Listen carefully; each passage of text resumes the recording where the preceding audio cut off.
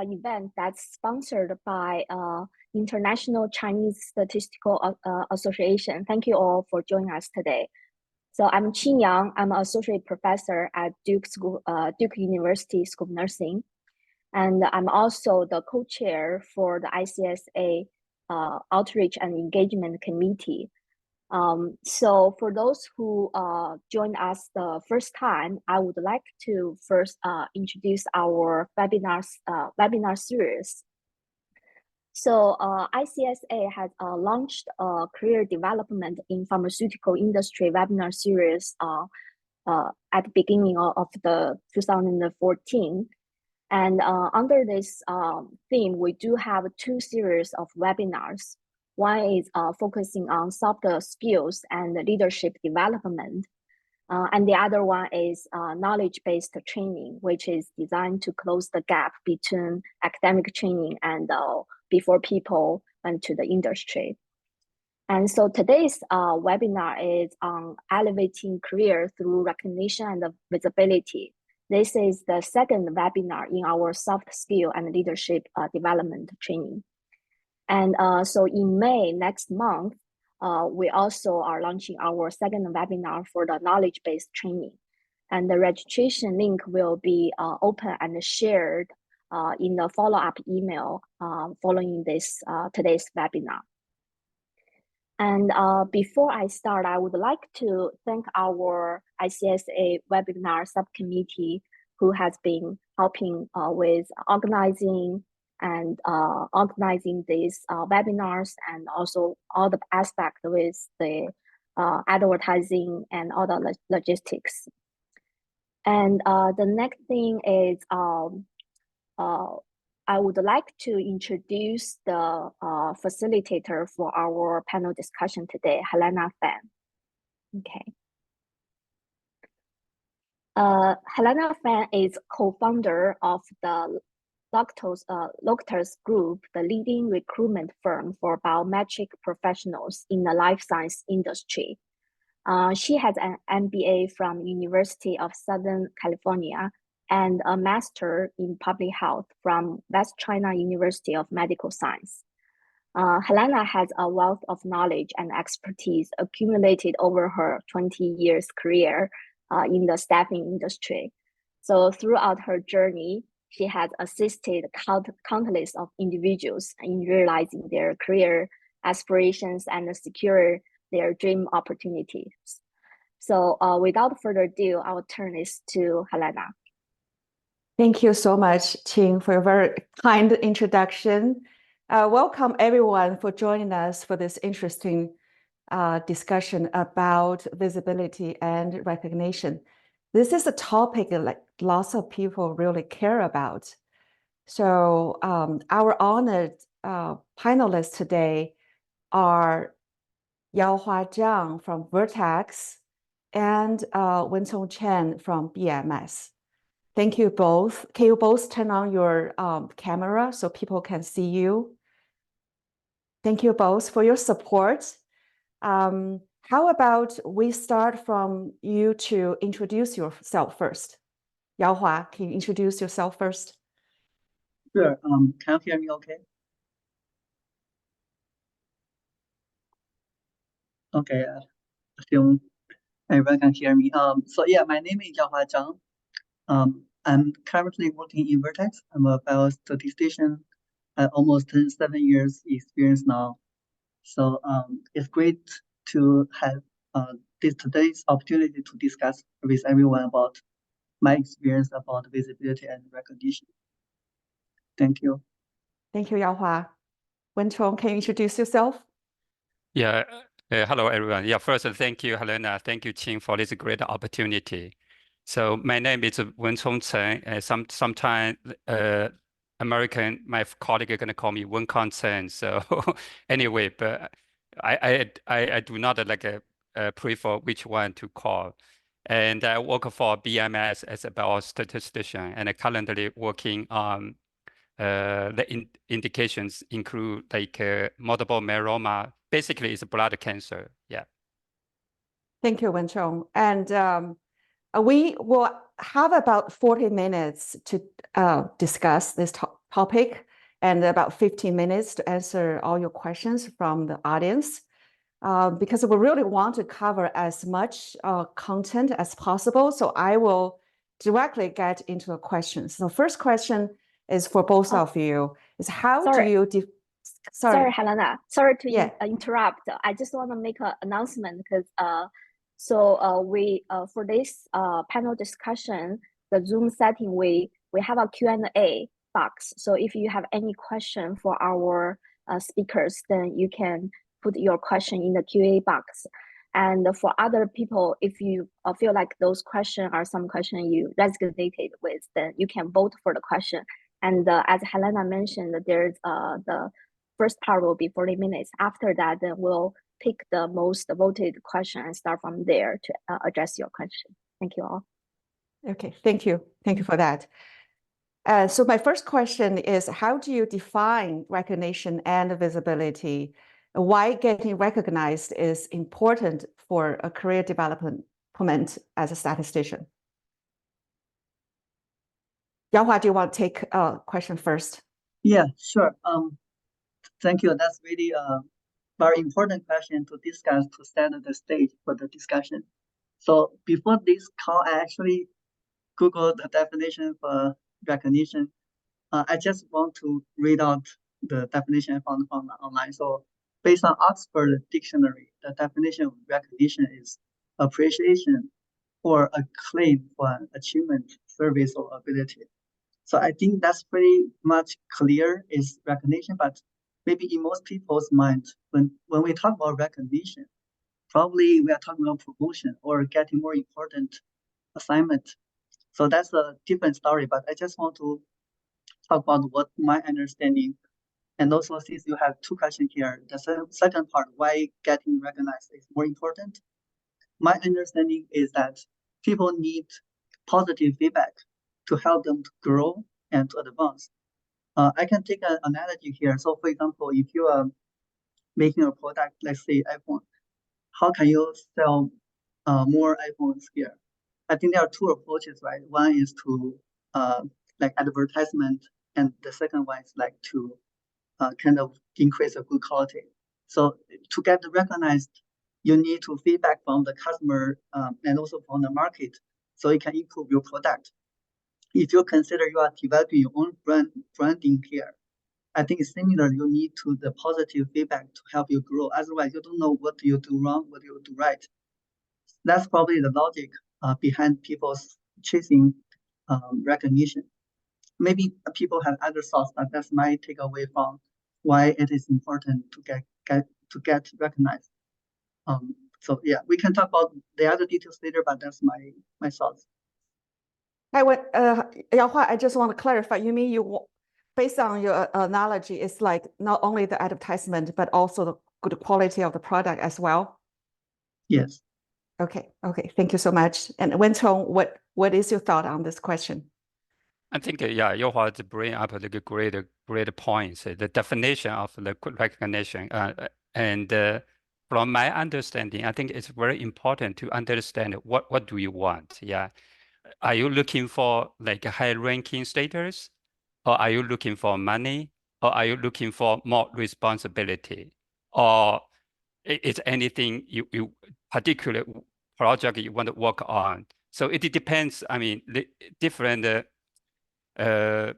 incentive or different perception probably gonna have a different way to working in this topic. Yeah.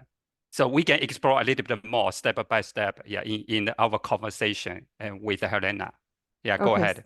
Sounds great. So my next question is like, what's the best way based on your experience, and what steps have you taken to get recognized within your company? Who wants to talk first? Wentong, you can go ahead since you're here. Okay, so this topic is pretty big. I think it's a bigger topic, but most important thing, I mean, as a statistician, first, you have to understand like who are you? We are, who is the stakeholder, and who are you support for, and what's the role you play in the game? So to to asking like as a big organization, I think it's very important to understand the customer need. Yeah, like Youhua mentioned in the previous question. It's understand the need, and very important is that to satisfy. Okay, this is the goal, and we meet the goal. But the more important thing is like to let the other people know what are you doing, right? Your boss, your stakeholder, everyone know what's going on, and probably like the products like beyond their expectation, and they will know, oh, you do great job or something. So my short answer will be, I mean, the key or the most important thing probably is communication. Yeah. Go ahead, Youhua. So I think the keyword in the question is the best way, but I'm not sure if my answer is the best way. It's just my thoughts. Hope it's helpful. So I think if you want recognition, you probably need to forget about recognition. Why do I say so? Because you cannot pre-plan recognition. So it's a byproduct of your hard work, your contribution to the team, and also your branding. So if you purposely seeking recognition, probably you cannot get it. And also, most importantly, you will be disappointed. I can take one example from myself. So in my past experience, I never asked for, okay, you need to recognize me or you need to promote me. I think what I'm chasing is I want to increase myself to enhance my foundation. For example, my knowledge about clinical trial development, my knowledge of maybe most of the important stuff. For example, statistician, how can statistician help the society? So I do a lot of one-on-one with people, talking all kinds of different topics. So that's related to my analogy in the first question. I think if you should think about how to develop your own branding as you are setting your iPhones, advertisement and quality. So for me, advertisement is through one-on-one with different people, different levels, and quality is increase your or enhance your foundation. So through these, I think the byproduct is, okay, people realize Youhua is a great statistician to work with. And then they naturally recognize me. And also this feedback come to my manager and my manager's manager. So as I mentioned, I don't pre-plan to get recognized. It cannot be planned. But if you forget about the recognition, you probably will see surprises. That's very interesting. Wenchong, do you want to add something on what you have done to get recognition from your manager or from your cross-functional team? Yes. Sorry, yeah. I think I 100% agree with Youhua. Yes, yeah. I schedule also doing exactly the same thing. Is to schedule a lot of one-on-one with a different stakeholder, like a clinician, like a regulatory, and even like a submission. We have like a submission specialist that dealing with a lot of documents and really dirty groundwork. Yeah, even I mean, where a lot of people like in behind the scene, I schedule one-on-one with them to introduce myself, to let them know what I'm doing, how I can help, and yeah, I do exactly the same thing. I want to say, yeah. That's very interesting because both of you are scheduling one-on-one with cross-functional teams. Like how I just want to have further questions. Like how do you make them interested meeting with you, and how does this experience enhance your visibility within your company, and what's the benefits for you and for your team as a whole? Can both of you maybe elaborate a little bit more? Yeah. Yeah, maybe I can start. So there are multiple questions in your question here. So yes, I think how to keep people interested in, you have to do a homework before you meet with people. You cannot directly go there and do some small talks. If small talks happen in the hallway or in the kitchen, if you have private one-on-one, say half hour, you have to do your homework.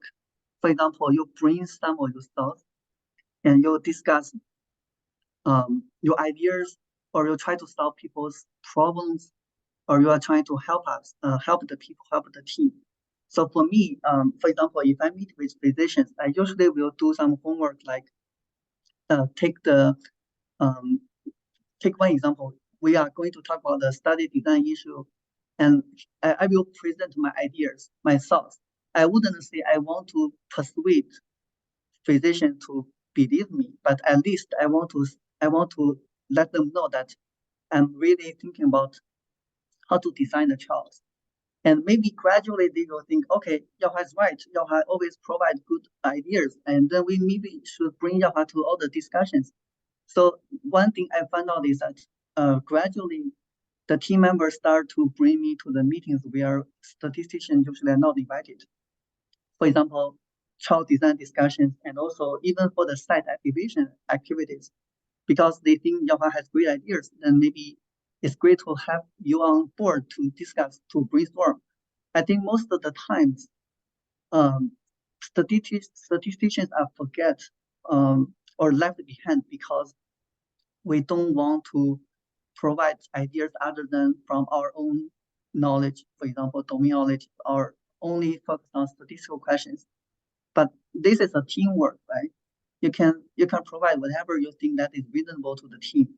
So from that point of view, if you can always provide your ideas, then it's definitely beneficial for the entire team. And also, speaking back to the second part, like what's the benefit and what's the result from the one-on-ones. So because if you only talk with people during meetings, it's serious meetings, official meetings, people only see one aspect of you.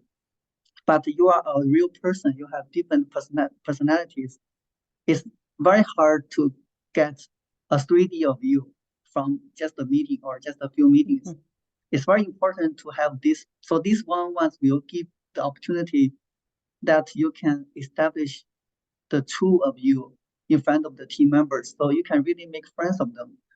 And then if you think about all your team members are your friends, even though you want to resolve conflicts or you want to convince people, it's very easy. Instead of you have all the team members are your enemies, right? So I think that's the other benefit. You can try to persuade people, convince people.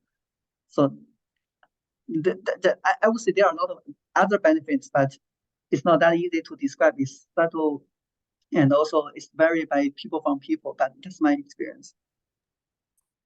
Thank you for sharing that. Wenchong, do you have something to add? Yeah, follow my understanding of the work, of the 101 work, and I will talk a little bit of benefit later. So for 101, when we talk with people, there are three levels. The first level, can you do the job? Like, tell people what's the delivery, what's the timeline. This is the first level. You have to get your job done, right? The second level, there will be, okay, is there any new way to do the job? Is there any better way to do the job, right? This is this, you have to think through, like Yaohua mentioned, is you have to do your homework before you jump in the ocean, right? And the third level, from my understanding, will be have a vision, like, okay, if we do this, we have A, B, C, D, such a kind of impact. If we do not do this, we have 1, 2, 3. This is a consequence. So it's basically we have like put everything on the table, let the other people know, hey, so I do a lot of research, and this is my opinion. So you can take it or you don't want to take it. It's up to you. But this is what I found, right? So this is 3 level.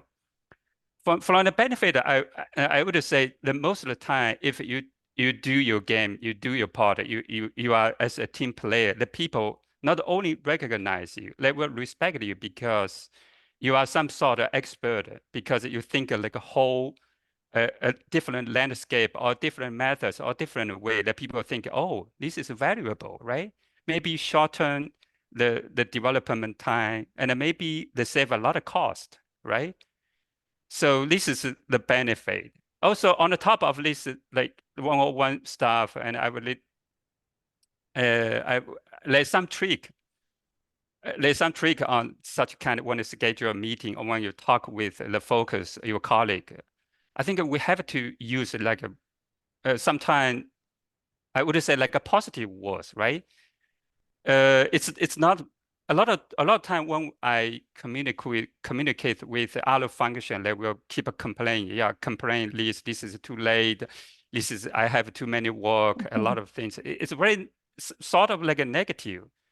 So we have to be a positive way to dealing with it. Like for example, if I one-on-one with some colleague or even my boss, so they ask you to do something, and they say, "Hey, wait a minute, you needed to do this." So you need to say, "Oh, I wouldn't say, oh, you this is too much. I do not want to do this or whatever." So we have okay, yes, yeah, I think this is a very interesting project, right? But however, probably I have a different priority. Or do you give me some guidance on how I'm gonna dealing with the time limitation, right?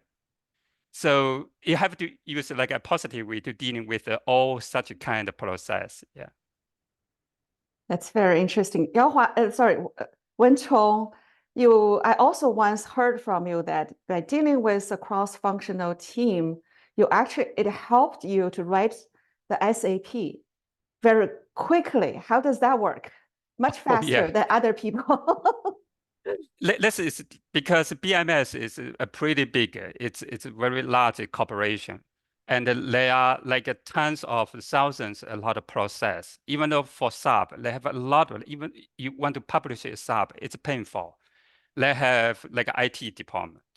And they have like someone gonna check your format. And from regulatory, they're gonna check, so do you follow the compliance? So a lot of function, if you didn't reach out to them, like in the front, and then they will kick you back, send it back. Hey, your format is wrong. You not follow the compliance. And then the IT say, it's too late. I cannot do that because all IT is outsourced to India. So a lot of if like you didn't reach out, put everyone on the same page in the front, and you are suffering later.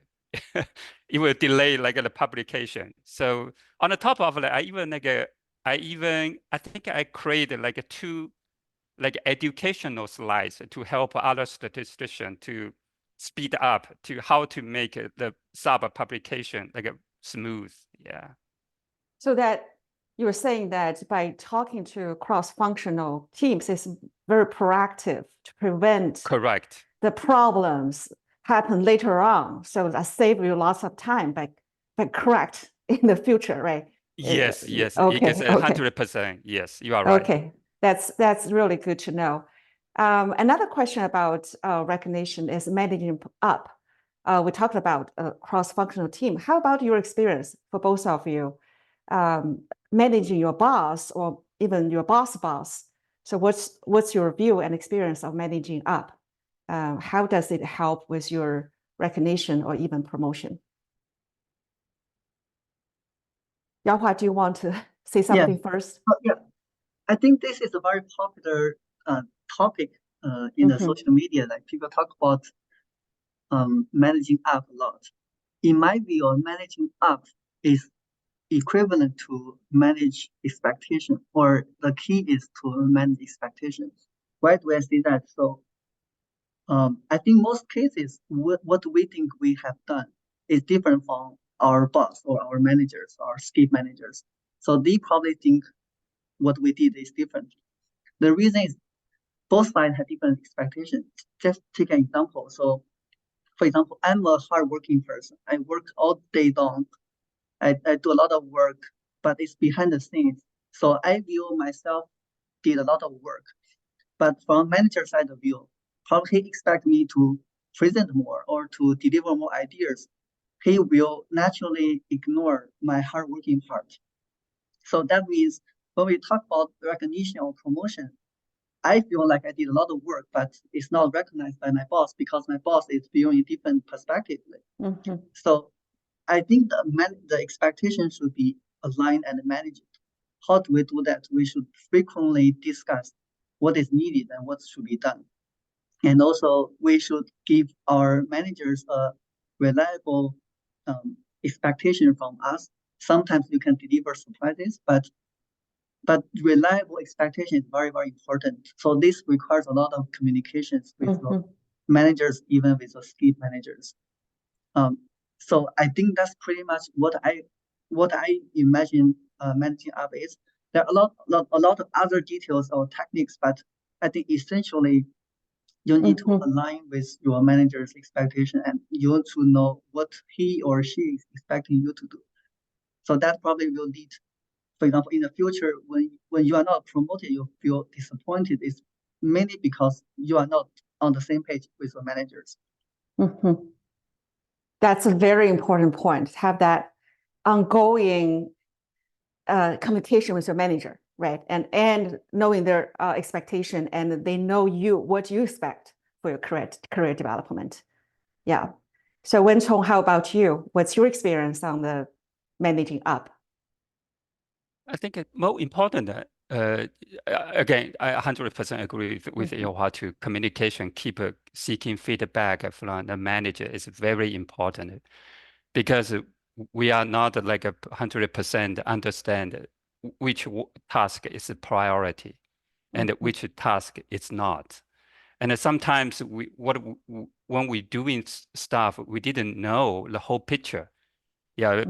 So I think very importantly is like on the top of seeking feedback from manager, we have to like consider about like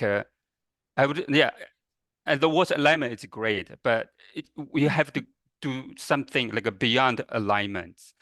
We have to convince like the manager.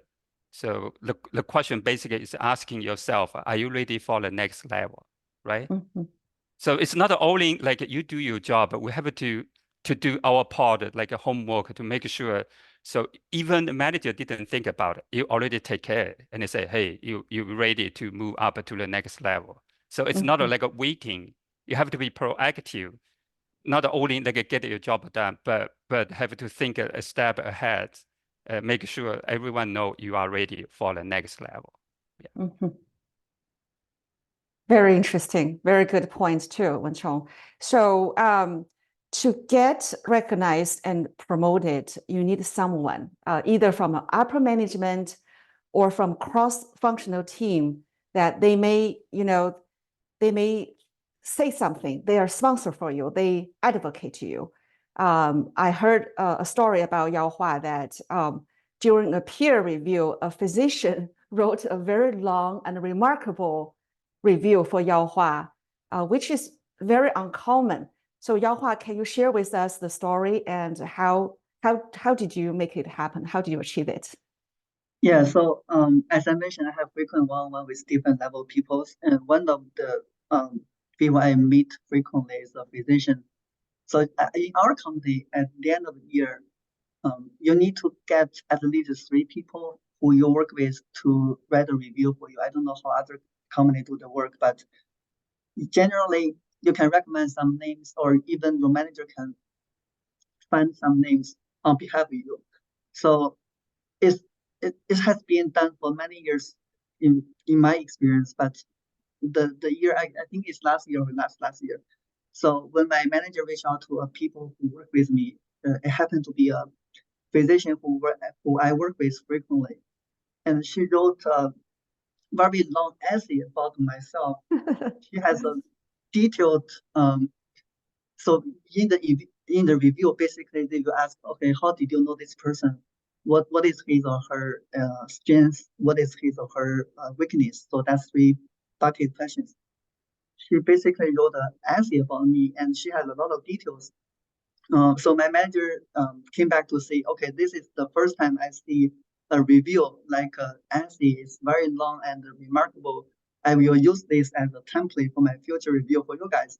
I thought it's very interesting, but in the hindsight, I think because of the one-on-ones I have, so she knows a lot of details about me. Otherwise, if you ask to provide a feedback to someone else, you don't know about how come you write an essay.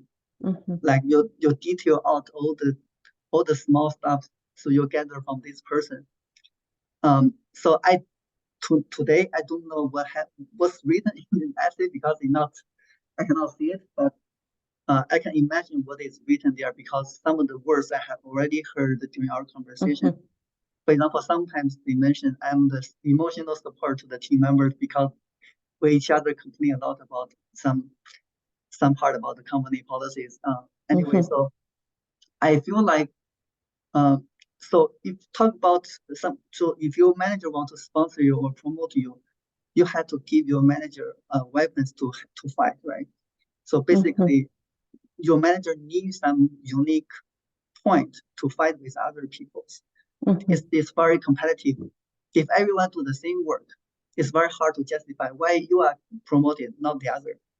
If you have a unique point, you can basically give your manager the weapon she can use or he can use to fight. It's very hard to be defeated, right?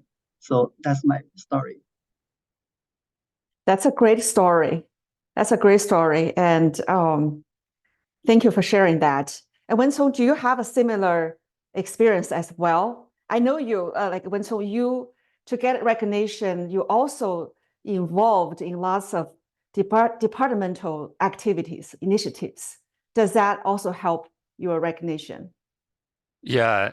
Before I get into detail on how to get a recognition or get like a promote or anything, so I think very important is like the mindset, because in a big, I think Vortec or Bristol Myers Squibb is a bigger company. It's a lot of time like a promotion, even though recognition depends on the budget, it depends on the structure, it depends on a lot of stuff, and it's not 100% of the time. Even though you do a lot of stuff, you will get promoted or you will get recognized. Yeah, so it's like part of life. So the mindset is to be, so if not, so how gonna deal with it? So this is the first thing I would like to communicate with you guys is even though it may not happen, but it's okay. Probably you can tell yourself, I learned something new today, or I'm happy. So this is the mindset. The second thing, yes, yeah, definitely. A lot of times you do a lot of stuff, there are a lot of opportunity beyond the owning on a project. I would do like a broadcasting to my employer, Bristol Myers Squibb, BMS. Within BMS, there's a lot of like opportunity, like a science competition, they like a symposium, like a working group. We have I participated in probably 3 or 4 working group. And all these working group, we have like in the end, the product will be a document.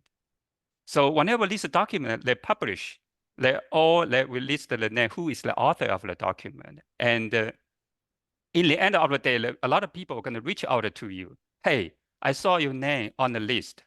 Could you please help me on this topic? Things like that.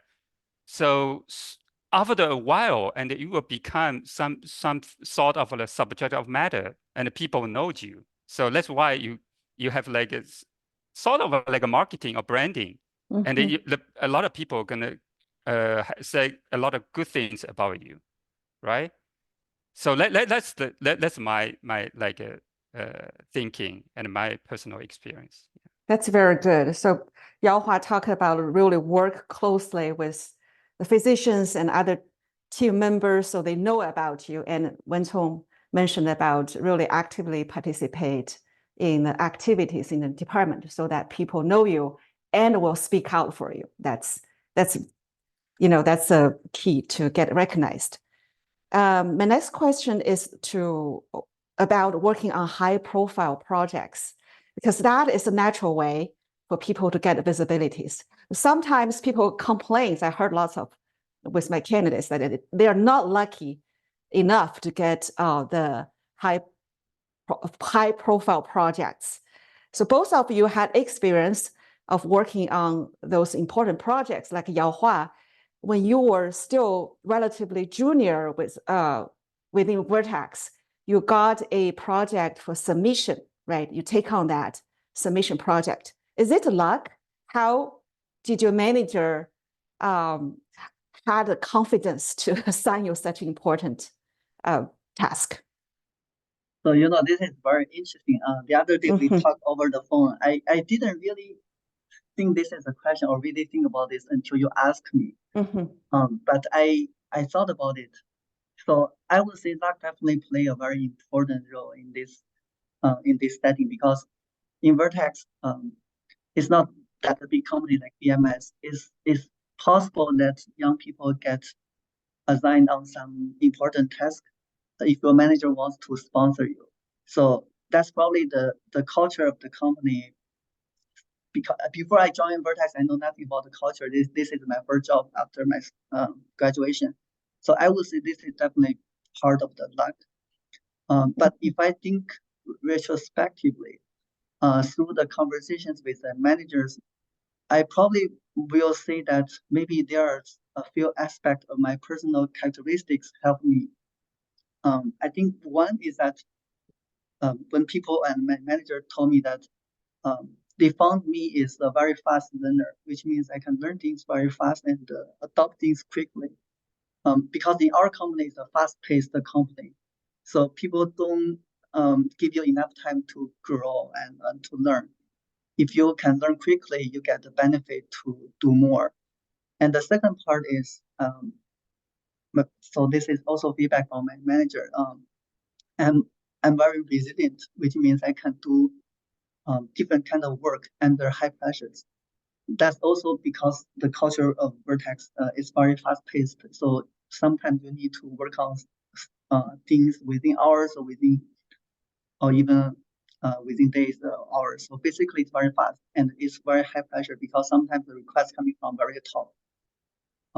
So I think as the junior people, maybe I show this at the very beginning of my career, and my manager picked it up. So she thinks I can take it. And so in the first place, I get some small assignments. I can do it and without issues, and then gradually I get more increased responsibilities. So I would say it's my personal story. I don't know if it is generalizable, but definitely so now I'm a project lead now. When I think back, your managers definitely can see all your attributes. There must be a reason the manager assigned the task in this way or in that way. So I feel like as long as you can make yourself visible and try to let others know your strengths, you can definitely get the so-called high-profile projects. But I do want to add one point. I don't think high-profile project is necessary or is the best thing you have to have. Maybe it's a good thing to put it on resume, but it's not necessary for you, or it's not. If you don't have it, it doesn't prevent you from being promoted. So this is based on my discussion with one of my mentors. He suggests me to find a niche point in your entire life or career, which means you are the subject expertise or you are the go-to person. Maybe you can be specialized in adaptive design trials, basket trials, RW trials, or PROs. As long as you can put many times hours into that subject, make yourself the go-to person, you will definitely shine in the future. So you can shine through multiple ways. High-profile project is just one way. And if you do multiple high-profile projects, you will realize it's just the tedious work. It's not that high-profile. It's just more people are focusing on it because it will probably help the company gain more revenue. But for yourself to grow, it's not necessarily the case. You may need to think about what's your career development, and you'll find a niche point for yourself to grow and to grow as an expert. That's great. That's very helpful. I particularly like the idea to become an expert in one field, in a niche, right? So people, you're the go-to person. That's something is very insightful. And Wen-Hong, what's your secret to get the high-profile project? So, yeah, right now I have one priority project, but I would not talk a little bit because Youhua, I think it already so nice to cover everything basically. So I would talk a little bit different about, so if you take not so priority project. So I don't know, Amy is on the call or not, one of my colleagues. So she took a PK study. Definitely, this is not a high priority, right? It's a PK pharmacology project, and a lot of people won't take a PK pharmacology project. They just feel, yeah, I'm not so important, right? So then I say, okay, wait a minute. You need to think about it in a whole picture. These PK studies is total different. It's talking about the drug, they have like an ECG. It's like a safety. There will be a submission package and one section talking about does this drug have like a QTC prolongation. So basically what you're doing is it's part of a submission package, right? So it's not only this is just a PK study, this is part of a submission. And you have to think through the whole process in the end of the trial when you wrap up everything. So how, even though we have defined like RD, like RG, such kind of like a submission package. So basically it's a small submission. So why you think a PK is not so important, right? So a lot of time you think this is not important, it's because you didn't see the whole picture. Yeah, that's my point. Yeah. Okay. So any part of the work may add value for the end products, right? Yeah. So everybody is important, but you have to realize. Yeah, and you have to realize for yourself too. Yeah. So what you're doing was, I just joking. I say, oh, when you next job hunting, you can put in a resume. You help the team to do the ECG part of submission. You're part of a submission package, right? Yeah, even though it's just a PK study. That's great. I think we're almost out of time. I'm going to ask the last questions. I think it's important. I think to have more visibilities, a statistician may need to do more things to out of their comfort zone and have bigger pictures than their daily technical work. In that way, it can have more impact, in your company, your team, and in the community. So I want to share that last year I went to lots of conferences. Almost every conference I ran into Yao Hua, and he was a speaker and a presenter for the conference. I was very amazed. I have a question for Yao Hua, is how do you do that? I know you have a very heavy workload. How do you have time even do this? And how did this experience shape your career? Yeah, I will be short and leave more time for Vincent. So I think my philosophy is we should spend 80% time on our project, 20% time on our growing, which means doing research. So even though it's very hard to implement because our company basically require you to work 120% time on the project, still, if you want to grow, you need to learn something outside the project. Because the field is advancing, you cannot only learn things from within your company. So that's why I have the rule to collaborate. It's my own rule to collaborate with people each year and try to publish papers each year. I try to do that at night or during weekends. So that's why you find me have opportunity to present, because I'm doing the research work with people. Thank you. It's good to know. Thank you. And Wenchong has also very interesting and unique experience in which he went out his way to catch up the opportunity to have a dinner, right, with CMO and other management. So can you share a little bit story about this story and how this experience impact your perspective as a statistician? Yeah, so there's, I think Yao Hua is more like a vertical. It's like go outside a lot of things. And but the BMS is a little bit different. It's just like a grad school. It's so big. I have everything basically. We have probably 100 statisticians internally. We have a lot of internal document, and we have a lot of internal like a science competition. So a lot of time the statistician join the company, they only focus on their projects. Hey, wait a minute, this is my baby, right? It's only focused on their baby.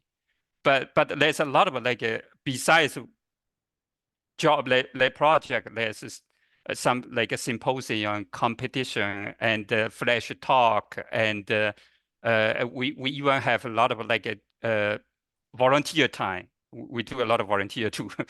So during all these activities, a lot of high-profile people going to join the game. Yeah, one of my example is we have like a flash talk, 5 minutes, just introduce your project to the audience, the common people, and I win the game, and I'm the finalist, and that's why I have the opportunity to either. I think all this like a CFO, CMO, chief commercial officer, and all the division head, everything, we have a dinner together. So it's because, I mean, I didn't know they're going to show up, but a lot of like high profile people show up to support a junior statistician to help me how to looking at like the drug development in a commercial perspective, things like that. I think I mean, it's to keep an eye open and to a lot of internal, a lot of opportunity. If anything come up, you have to take it. So otherwise, you have to take your baby. Yes, that's right. But you have to open your eye. There's opportunity around you. Yeah. That's a very good story. Thank you, Wenchong. Yes, I heard candidates complain like they don't want to go to a company's party, don't want to go to those network event. Actually, every single possibility, the opportunities, we should pay attention to. So people will know more about you, and you, as a statistician, can understand more from their perspective, right? So give the bigger picture of what you're doing and what the company's doing. So I think that's, thank you both for sharing all your stories and experience. It's very insightful. Let's take some time to take questions from our audience. Is there Q&A? Now I have 4 questions. So the first question is like, how do you think of work trends of biostatistics and the problems that statistics is facing now?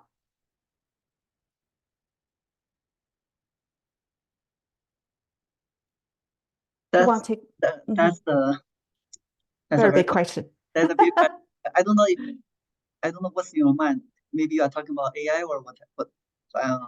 Maybe I can talk my thing. So regardless what is trending or what is the future. So I think if you want to keep yourself competitive, you should be multidisciplinary people.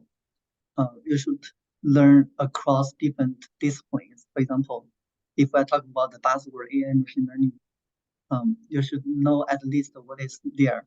And also you should be on the same page as the world or the industry. So that's why I spend 20% of time doing research, because you have to know what is the cutting edge knowledge. No matter what the world is turning to, you are equipped with the most advanced technologies or the knowledge you have. So to my knowledge, if you want to just do a work, you can do a statistician, that everything is assigned to you. But if you really want to stand out and also to, I wouldn't say leading the trend, but even follow the trend, you really have to make yourself work very hard to get to know what is changing and the basic knowledge behind it. Okay, thank you, Yaohua. The second question is, how would you deal with upper boss if you feel you are not recognized by your boss, especially how do you suggest it deal with office politics? Yeah, I can take this one. Okay, great. So when we like deal with upper boss, if we feel not recognized, so this is, I think it's a 2-way. The first way is say anything. I mean, you have, again, it's mindset. You cannot make 100% all the people happy about you, right? So this is, you have to deal with it. And the second thing you need to think about, is there any communication problem, or how I gonna like summarize myself to like during the one-on-one or communication with the upper boss. Do they know what I'm doing? Yeah, things like that. And seeking feedback, if they're not happy, where did it come from? Why not happy? Why they couldn't recognize you? Is it because what my job is not so important, or because of my performance or anything? So seek feedback. For the second part of the question, how do we deal with the office politics? I don't think like as a statistician, there's a lot of like a politics. I mean, at least within BMS, I didn't see a lot. Yeah. So because statisticians usually they have a project oriented. Each one have one or two projects. So this is their baby. So it didn't dealing with like a lot of people like a class or like 3 statisticians work on one project or 4 statisticians working on one project, and who's gonna take the cake, right? So statistician, I think it's a good. I would say it's a very good job. It's because they are dealing with a pretty individual level. But when growing to the VP, vice president or something, that's a different story. I don't know. But for now, I don't think there's probably people. I mean, it's a focus on the project, I would say. Yeah. Maybe I can add one aspect on the politics part. Okay, that's So great. I do think so. I think most people afraid of politics. The reason is that there's conflicts, right? Maybe you can get hurt, or maybe you don't get what you expected. So I think people should have a different perspective when facing politics. When you have a politics, which means you have opportunities. I would like to have this positive transition from your mindset. The reason being that if you, as Vincent mentioned, if you want to go up as VP, no, I don't think, maybe even at director level, you will most of your time will be dealing with politics. Politics, if I translate it, is just the people and people interaction, right? It's just how you interact with people. So if you dream big, you want to be a leader in the future, or even VP in the future, you have to learn how to deal with different people. That's the must-have ability. If you're afraid of politics, then I would say your career will stop at the current level. If you want to advance, you have to learn how to deal with politics. So first of all, you have to change your mindset. Second of all, you view politics as an opportunity. So it's very difficult. It's very difficult to say on a high level, but it's case by case. But in general, you need to find out more details, more information, what is going on, what is good for you, what is bad for you, and how can you kind of utilize all different people relationship to help you grow. If you have interest, we can talk online, but the critical thing is to think differently. That's very helpful. And I'm wondering for both of you, because we have people who are still in the growth, stage of the career. You think it's helpful, even to deal with politics? You have a mentor in your company, to have some advisor to help you go through this conflict or go through the challenge within a company. I think definitely you need people to help you, either within or outside your company. The more senior people, the better. So you can get their feedback or their recommendations. I wouldn't say you need a regular mentor. As long as you can grab someone to talk with you, who is familiar with your case, and who is willing to provide help, that's good enough. So when you see something that you are not capable of handling, definitely reach out is the number one choice. Okay. Thank you. BMS is on the top list of questions. The BMS is slightly different because we have a lot of scientific group. You can reach out to them. And in the end of the day, anything for statistician is about science. You have to provide evidence, even though argument, you can disagree with each other, but the number talks, money talks, right? So everything, if the scientific group, if you cannot agree with each other, reach out to a bigger group, and a lot of other upper level experts can draw the conclusion. So that's my kind of probably, yeah, I'm in a different setting. Sorry. That's okay. That's a different perspective. Yeah. Thank you, Wen-Chong. Last question is, there's a statistician, she's a trial statistician for 1 year and would like to do some research. However, she has difficulty to find the research topics. Are your research topics coming from your daily work, such as trials, or are they separate from your work? The second question is, how do you find people to collaborate some research work? Yeah, I can take this question. Okay. So yes, definitely, it's daily work. Yeah, right now, like within BMS, we have a lot of innovative way to dealing with the trial design. So how to dealing with all this innovative? So is it a robot? Is it good? So a lot of things we have to validate, and a lot of thinking, like those optimization in oncology trial, like the simulate, how simulate, how to project the timeline, how to speed up. So a lot of things, if you go into detail, like Yaohua mentioned before, like get into detail of the trial, there will be tons of research question, how we're dealing with. So to collaborate with who, I mean, a lot of things can reach out to previous, supervisor, PhD supervisor, and hire summer intern. Actually, each year, I always hire summer intern to help me run a simulation. Things like that probably can help out. Or a lot of reach out to Yaohua, hey, I have this idea, or reach out to me, I have this idea, can we collaborate together? Yeah, things like that. We are pretty open, right? Yeah, one more approach is attend conference and talk to the speakers. That's also very, very good point. Thank you for adding that. We are right on time. So thank you all again for your time and participation, especially thank you for the two panelists. I hope the message they shared today is very informative, very insightful and helpful for your career. So please feel free for all you audience today, feel free, let us know if you have further questions, feedbacks and comments, and also the topics you are interested in the future, so we can have more event like this. Qing, welcome back.